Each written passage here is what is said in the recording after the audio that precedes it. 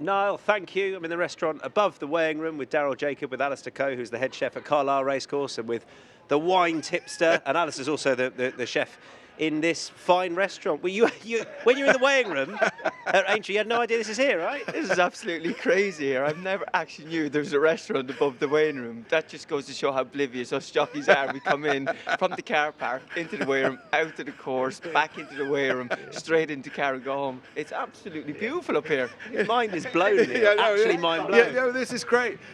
Welcome, Daryl. Welcome. Thank you. But it is a different treat for me today. Yeah, it is. Come on with it. But it's a lovely feature because you've got the real whole pub feel here. So the Horse and Groom pub is actually at Cheltenham, and then we brought the concept to Aintree. Yeah, it's absolutely beautiful. So it is. How long's it been up here, Alistair? How long has this facility 3 been years here? it's been up here for now. Yeah. And are you pretty full throughout the day? Yes, we are very full. Yes, it's very popular, and it's a great concept to have on the racecourse. Something different for the diners to have for sure. Take me through what we're going to be eating, or Neil, basically I just want to eat. Daryl, I feel sorry for him because you know, as Daryl breathes, he tends to put on a pound, let alone eating anything. So Daryl, you've got to. He's going into the Madry. I've got a Madry, and I've got a dessert here. I never ever have eaten a dessert in 23 years of riding racehorses, so this is a real treat for me. A dessert and a beer. What more can I ask for? I'll tell you what, you've got to go in, Daryl. So I'll tell you what but let's go the other way. Let's start at the start of dessert. What's this, Alistair?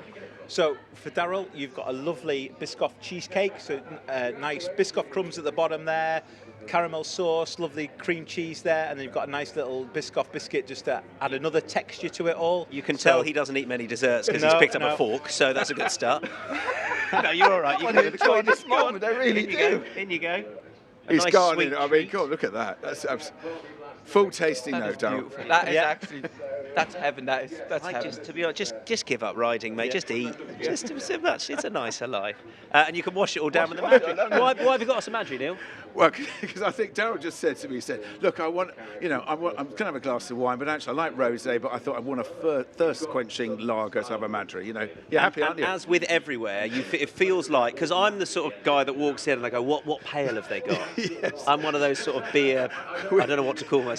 I better be careful. We spend about 10 minutes with your rider, don't we? Yeah, and I'm like, I don't want a lager, I want and this is the Atlantic Pale, which is pretty, I think that's the pale around the racecourse, yes, right? it is actually, and it's got more and more popular pale. I don't know what you think about pale ale, Daryl, but you do enjoy it. You're more of a lager man. Yeah, I like a lager and a gin.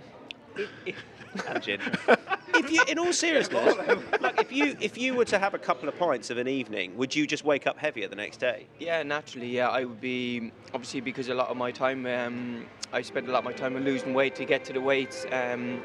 I'd probably have to lose 3 or 4 pounds every single day, and unfortunately, no matter what I put into my body, it sort of holds on to a lot of the water and everything that's in my body. So I have to be very, very careful. I have to be very, very disciplined, especially in the core part of the winter, because it's hard enough as it is to lose weight without trying to lose this excess of feel bad really need. Putting this in front of you. But There you are. You'll be back in tomorrow. People like us can just get, we just wolf away, don't we? This looks fantastic. So you've got a lovely pressed belly pork there with sage and onion confit there, and then you've got a nice little celeriac puree underneath it, so you've got great combination of flavours there, a lovely little side au jus to bring it all together, and then just for a bit of texture there, you've got a nice little piece of crackling that we've just puffed up a bit. So, well, what do you think? Yeah. Happy? Hang on, we should do a little bit of a swap to you. Yeah, swap it. Come on, I'm you more need of a something. savoury lover, you see. That is just seriously good salty goodness. What's your crackling like? I'm going to tell you. What's this bit of? What's this? That's crackling. So again, with everything we do, it's nose to tail cookery. So we're using all parts of the animals to, so there's no wastage and things like that. So that, it's great. And with chefs being clever as they are, we can make things interesting. Delightful. That's very good. I'm going to finish that when we go off. And here we have a Garvey, Tom. I know you like your white wines. Christina Ascari, northwest of Italy, fruity, dry. Peach. I like that. Yeah. I was tasting that. He's I'm really worried about Tom here. He's a bit of a pro. What I'm worried about both of you. Acacia. I actually read the tasting notes genuinely. I googled it. It said acacia and white peach. Come on, Tom. Right, here we go. He's going in. So, Garvey, northwest. Yeah. This is really easy drinking wine, and it's really versatile. And actually, if you're choosing one white wine for all the guests today, this is the wine I would choose. Tell me about what else is on the menu and what wine people might pair it with, etc. For us, we've got the arancini here as well, which again is a nice little Mediterranean take on things. You've got lovely arrabbiata sauce, spicy tomato, crisp basil, smoked haddock, and then the saffron garlic mayonnaise there, so it brings it all together. So it's a nice little taste of the Mediterranean. For the main course, we've got a good old chicken and chips, but it's with a lovely pepper sauce and creamed cabbage and bacon. So again, you've got great pub food. So sorry, just to, so that there's variety on the menu. Oh, yes, very much so. But it's all pub classics, but just like lifted a little bit as well. You know, to obviously suit the event, to suit the day. What's the arancini like? That's marvellous. You can see he's a slow. Now that man, do you see what he does? He savours it, doesn't he? He's a slow chewer. He savours every bit of that. The problem is with us jockeys, we just wolf them down, so we just want to get some food into it. So we don't even taste it, we just wolf it down. Daryl, you'll be taking twice as long to eat everything now. Yeah. What would be the red option, Neil, out of interest? So what they've actually got here, they've got a Primitivo, great variety. Primitivo, famous horse actually, we had a few years ago, winning at Royal Ascot, you know. Who was sold to Hong Kong and then called something different, but was a very good horse. Yeah, very good. Very good information there. I've had a glass of wine. But and there was a horse called Garvey, by the way, as well, just while we're on that. So the drink-related names there. But what we'd have here, Primitivo, medium-bodied red, a little bit spicy, great variety. Get from the south of Italy. Italy is just great for what they're doing, the whites and the reds. I think it's such an interest. Is that because it's quite? I don't know how to describe it. Not unoffensive to people, but is it because it's very safe flavour-wise? It's not going to push people one way or the other. I feel like you get very few people who come in and go, "Oh, I won't drink an Italian white." If that makes sense. That makes total sense. And in actual fact, if you went back 10 years ago with Garvey, a lot of the time it was Italian restaurants. Now it's got to be. It's on all the Jockey Club courses. It's always popular, always, and it's listed in all the restaurants. But also the reds as well. You need something that you've got a group. You know, lots of the tables here are 4, 6 people. And you want to have something that's going to please everybody. You need a couple of other wines where somebody wants to go for something full-bodied, like the Malbec Susano Balbo, for example. Somebody want to have that. I like the rosy. I like the. Yeah, let's say that. If I had a tipple of a wine, I'd have a rosy. I've never really ventured into the white and the red. He's angling for a good wood chip. I mean, you're right. Yeah, Whispering Angel. You'll be there. You'll be doing a full tasting though, there, Daryl. I'll tell you what. But in actual fact, do you know one thing about rosé is if you took, all the year round now people drink rosé. I love rosé. I drink it all the year round. Dry styles, off dry styles.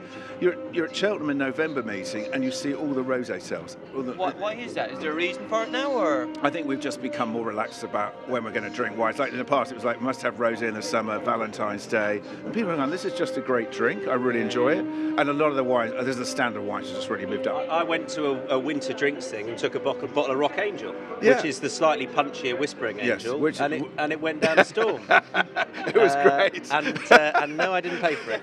I was just going to say, there's absolutely no chance you pay for it. But sharing the angel love. He's sharing this rosé love. He's doing really well. As far as catering for a sporting event like this, Alistair, it's different, I guess, to a lot of other sports. Your footballs and your 90-minute, 80-minute games, which are over quicker. This is a full day where you've got to keep people fed and watered for 5, 6, 7 hours. Yes, we give them a nice dining experience here. So they've got a nice, obviously, starter. We've got a lovely bread selection to start off with there. So it's, lovely hummuses, pestos, different flavours of bread. So it's a lovely entrance into the day. Then they have the starters, relaxed main courses, a little bit of dessert. And then later on in the day, we do like a ploughman's afternoon tea. So it's just little and often, but something a little bit different, but within keeping of the concept of the I'm going to go rogue here. I feel there is a bread selection over there, which I feel like we could bring over and show. Alistair, you can venture away and just go and grab that for us, because I noticed it on the way in and I was like, I want me a little bit of that. Now, you want the bread, that's exactly what I thought. There we go. But we're not going to try. We don't need to try it because I don't want to ruin it. But look at that ultimately you want to get a bit of carbs in there to line the stomach before a day on the sauce, and that is exactly what that does. Well, yes, and again, there's different flavour of breads there. We've got lovely fruit breads, we've got the pumpernickel breads, and then the sun-dried tomato breads, and it all goes together with the balsamic and olive oil, pestos and hummus. So it's it's just it's an upscale bread, and it's nice, and it's really nice to see. I'm dumbing it down. There's more to it than just purely lining your stomach. But it was a great shout, that, Tom, because it's just all the details, isn't it? It's just great. That's the whole thing. Yeah, it's beautifully presented.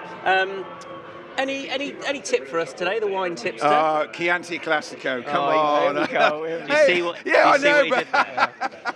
I'm going to get. Did you tip it at Cheltenham? Yeah, well, it's my nap at Cheltenham. Yeah. I mean, actually, to be honest, How lucky did he get when a wine-named horse wins? Oh, well, that was a bit. Describe a Chianti for me.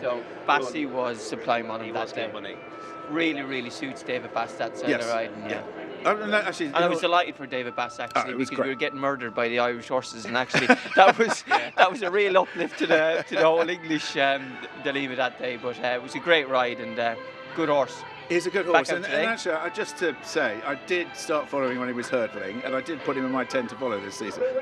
So Chianti Classico. By the way, I was having a Chianti Classico last night. That's another Italian, Yes, right? another Italian. Yep, down. Yep, keep going, Tom. Come on. Let's, Listen out.